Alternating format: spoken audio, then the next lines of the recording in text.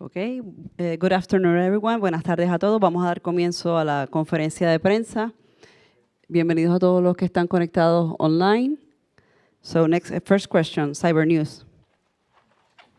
Mónica, me gustaría sobre lo que habló de el sistema energético y la situación que enfrenta.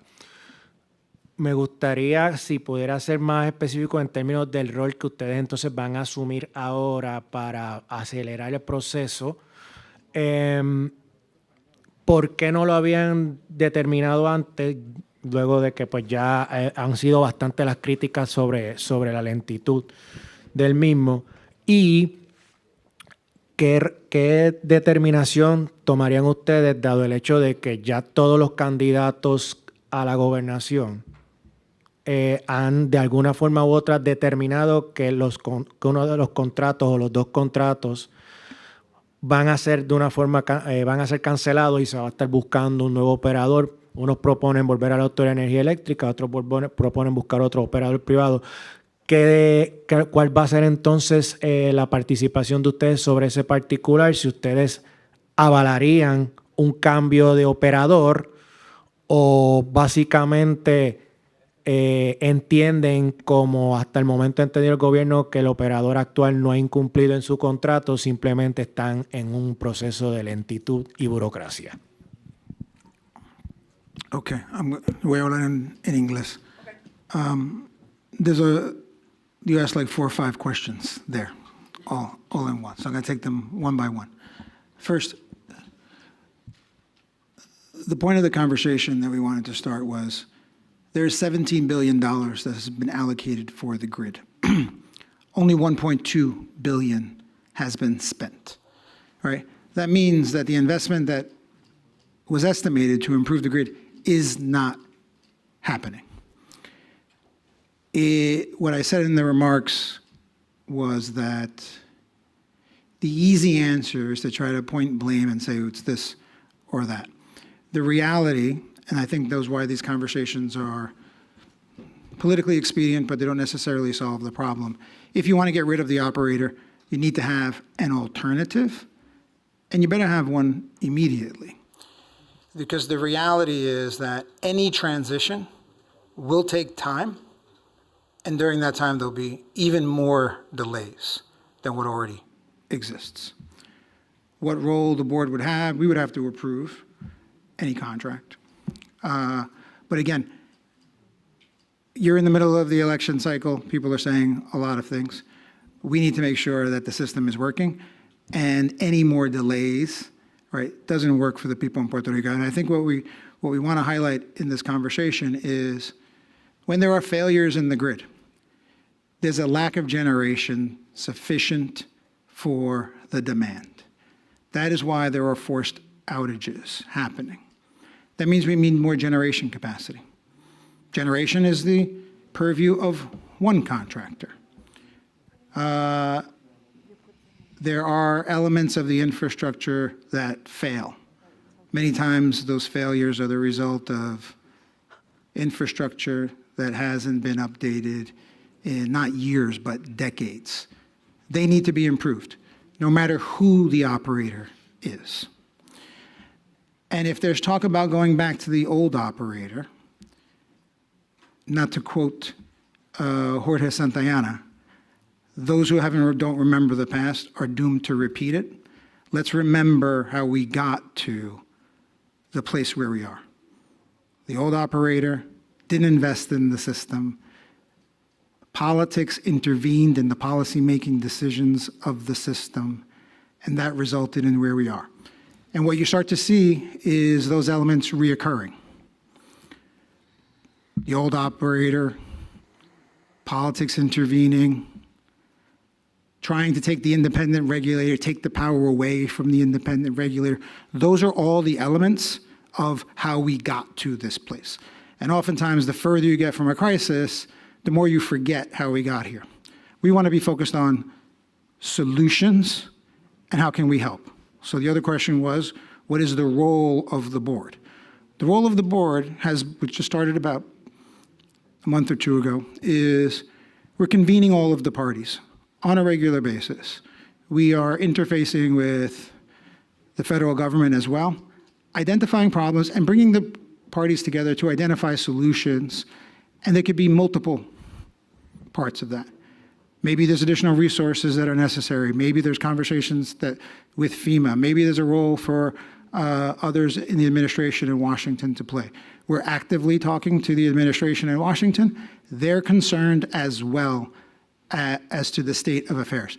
The reality is I don't think anyone has been talking about the fact that we've only spent $1.2 billion out of $17 billion, because that's the real problem, right? And that is not just one contractor's fault or another contractor's fault.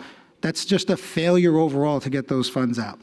So our role is going to be to convene all of the parties, find out what needs to get done, and then get those things done. Work with either the government and anyone who's willing to work with us to get those things done, including the federal government. I do believe that everyone wants to get these things done. I do believe also, but everyone is also protecting their own fiefdom. They want to put themselves at risk. They don't want to challenge the status quo. They don't want to do anything different than what's happening, and we know that that's failed. So the role is going to be one of convener, one of pushing, and looking for alternatives. I mean, the governor mentioned that he recognized that this is something that needs to get done, and that's it. There is no magic silver bullet, and you're not going to flip a switch and say, oh, now everything is going to get better. So anyone that says that, I think they're just not being truthful, or it's a convenient answer, but it's not going to get the job done. En resumen, ustedes no se opondrían a que se cancelara el contrato, lo que sí pondrían ustedes como condición es que sea automático la cancelación y el operador que entonces entraría en funciones. Esa sí sería la condición. No se opondrían a una cancelación, pero tendrían que tener un operador inmediatamente. There are legal requirements, right, with regard to the contract. I think what I am saying is anyone who proposes that needs to have an alternative that is going to work. I think it's premature to have that conversation because there are things you can do now to make this happen. And again, it is not the fact that we have only spent 1.2 out of $17 billion is not the fault of any one contractor. It's a much bigger problem that needs to get resolved. We don't want to talk about the bigger problem, so we're focusing on that. And the reason the board hasn't intervened in this area before, which was your very first question, is because in the past, the board has not controlled the federal funds or managed the federal funds. I can tell you, when I got here a year and a half ago, the energy transformation was already underway. The operators were in place. The federal fund was supposedly moving. And the government took the position that it's their purview, they're managing the federal funds. And that's the position that the board take, and the board's doing enough in other areas, right? And the federal funds are being managed. Now, it clearly has not worked at the pace that it should be working, and we can't do anything else without power. You can't operate schools without power. You can't have economic development without power. I know from living here that when I go and turn on lights in my apartment, when it turns on, I'm actually, glad it turns on. But the fact that I'm actually thinking about that is a mindset shift. So what was happening or what people said was working is clearly not. And the federal government has allocated $17 billion, but that $17 billion should be people in the streets working, trucks on the streets happening, not plans that say we're going to start in 3 years, 4 years, 5 years, because the people can't wait. It's the frustration that we're hearing, and we've been asked by members of Congress, members of the administration, step up and do something to get things moving, and that's what we're doing. Other questions? I think Noelia has some questions. Joanny?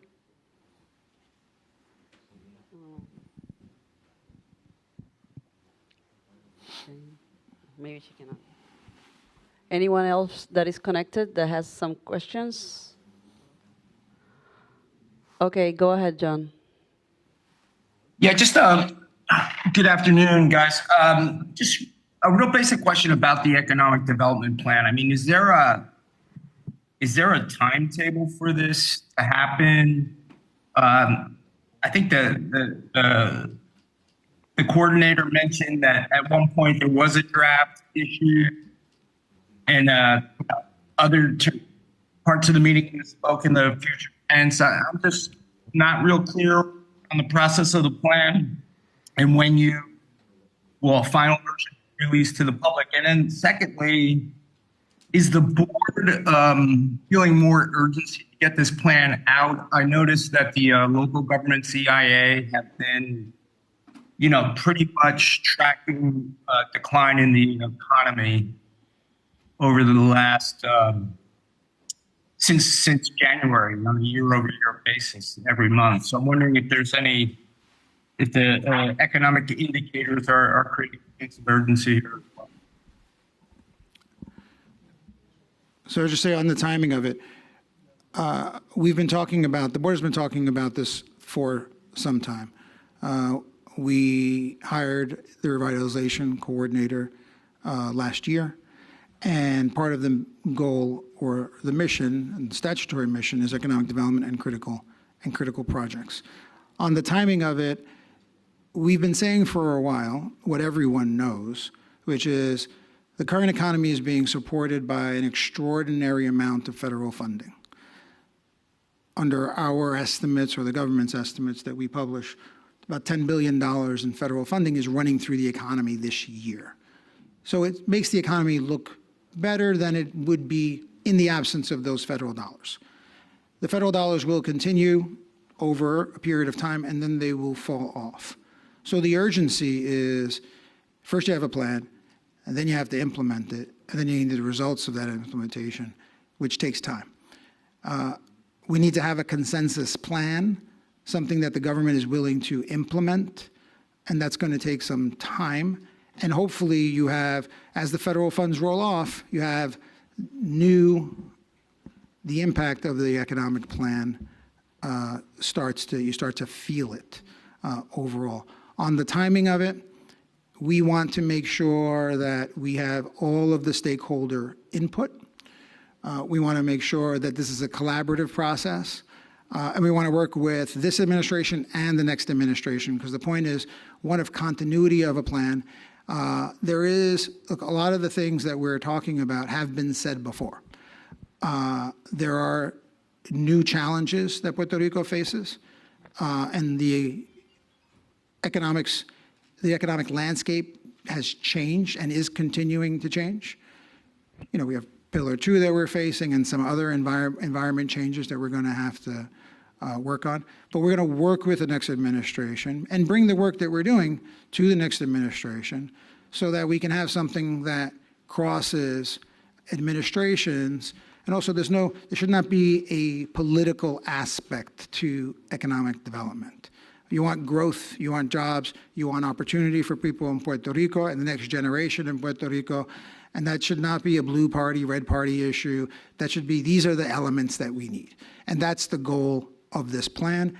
And the timing of it is right. Again, the goal here is not to present the plan and this is it, because that's not collaboration and that's not the goal here. The goal is to work with the next administration and bring the work that we've done and the analysis that we've done and not have to repeat it and not have to start over. We're starting now, and we'll work with the next administration on how to implement the findings and the recommendations. Okay. So maybe would it be for the next fiscal plan that you certify next year, perhaps, or you don't want to put any time limits on it? I would say there'll be elements of it in the next fiscal plan, but it's going to be changing, right? Because as we work with the next administration, there'll be changes to it. So this plan, we had a broad outline of what we needed. The next fiscal plan will be more refined, but still there are specific elements that will work with the next administration, and we'll go from there. So the next fiscal plan will definitely be more updated and will be more refined than what you're seeing today. Okay, thanks. Thank you, John. I saw Michelle Cassidy's hand. Michelle, go ahead, and then Kevin. Hello, thank you. Can you hear me? Yes. Great, thanks. I see in a court filing this week that the board is saying that FOMB may require more funds than on hand in the near term, and that the board is looking into different methods of raising necessary cash for PREPA. And just wondering, what is the amount that PREPA needs, and what are the different options to help raise some money for PREPA in the near term. I'm just wondering because in a different filing on EMMA, on MSRB, there was a recent financial filing that showed that PREPA's bank account balance was $1.38 billion as of July 31st.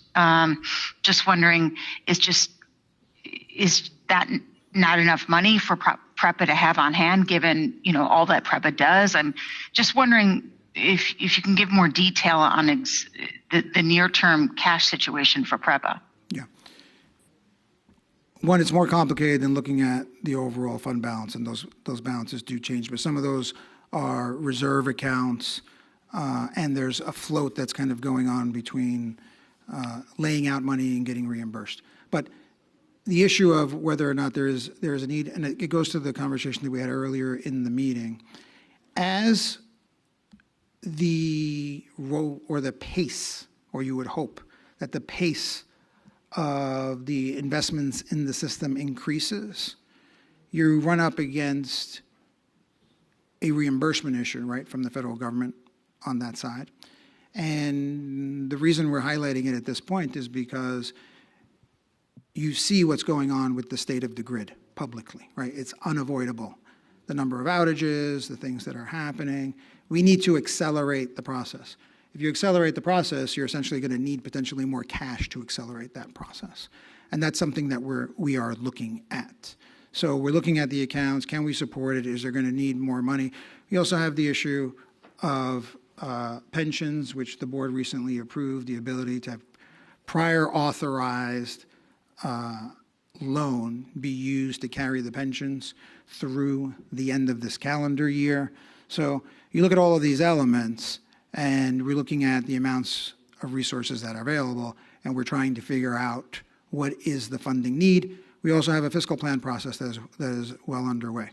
And as I mentioned in my prepared remarks, hopefully that will inform what the needs of the system are, not just immediately, but going forward. Thank you, Michelle. Go ahead, Kevin. Okay, thanks. Just to sort of follow up on Michelle's question, when you're looking at options, I mean, are you talking about, further Commonwealth loans to PREPA? Are you talking about pole attachments? Are you talking about maybe monetizing the internet subsidiary, or is it just more reimbursement related and getting working capital advances or stuff like that? Yeah. Right now, we're looking at reimbursements, what the status of working capital advances, what the status of the cash accounts are, what the balances are. That's what we're trying to get a real assessment of what the state is. Then you talk about what the options are later. But right now, we're in the phase of just trying to really understand what the needs are. And I think what we've seen, right, the state of the system is clearly not acceptable. It's not acceptable in Puerto Rico. It wouldn't be acceptable anywhere in the country. And that is where the board's head is at right now, is what do we need to do to change where we are? And some of that is a funding issue. So we're trying to assess what the resources are that are necessary to fix a grid that is failing on a regular basis. Again, there are load shed events that are happening, which simply is we do not have the generation capacity to support the amount of demand. That happens without system failures. And we also have system failures. That is what the board is focused on, and we need to decide or figure out what do we need to do to correct the current state. Okay, and just one quick additional one. Does the Oversight Board have any estimate on when the regulator may formally reinitiate the PREPA rate review proceeding? I mean, they've said nearly 3 months ago that they were going to do it. They have not done it. Do you have any sort of insight into when that may happen? We do not. Okay, thanks.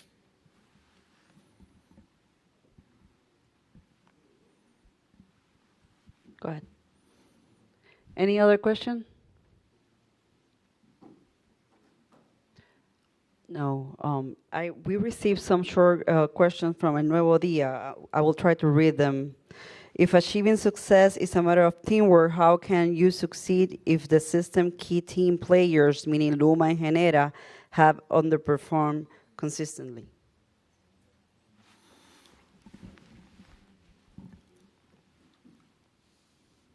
The question is why the underperformance is why it's happening, right? And I think that's where we are right now. So has Luma underperformed? Has Genera underperformed? We're looking at it. Do they have the resources? Do they have are they getting the dollars from the federal government that they need? Are they getting the permits that they need? Right, there's a long list of why there is underperformance. Clearly, the system overall is not performing for the people of Puerto Rico. And when we've brought them all in the room, they collaborate in the room. They work and they're trying, and you can see they're making an effort. Unfortunately, when they get out of the room, what I'm reading in the papers, and your paper and others, right, is everyone pointing the finger at everyone else because nobody wants to accept their responsibility for where we are. The board has been very clear that we have to make sure that people are being held accountable, and we will. We're not going to make any excuses for anyone, not for the government, not for the private operators either. But some of these conversations are better had in private as long as we feel that we're making actual progress and people are trying to knock down obstacles. There is a sincere effort to try to do that. I don't believe it's enough, and I don't believe we're making progress, and I don't believe we can make anything available until we actually have confidence that things are going to change.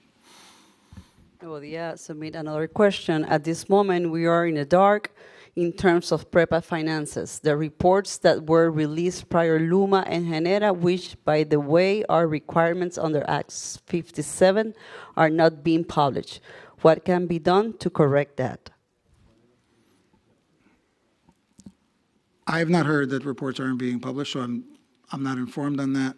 I will check and see what the issue is. If there are reports that are not being filed, I'm not sure. Any other questions? Okay, well, we conclude our press conference. Thank you so much, everyone. Buenas tardes.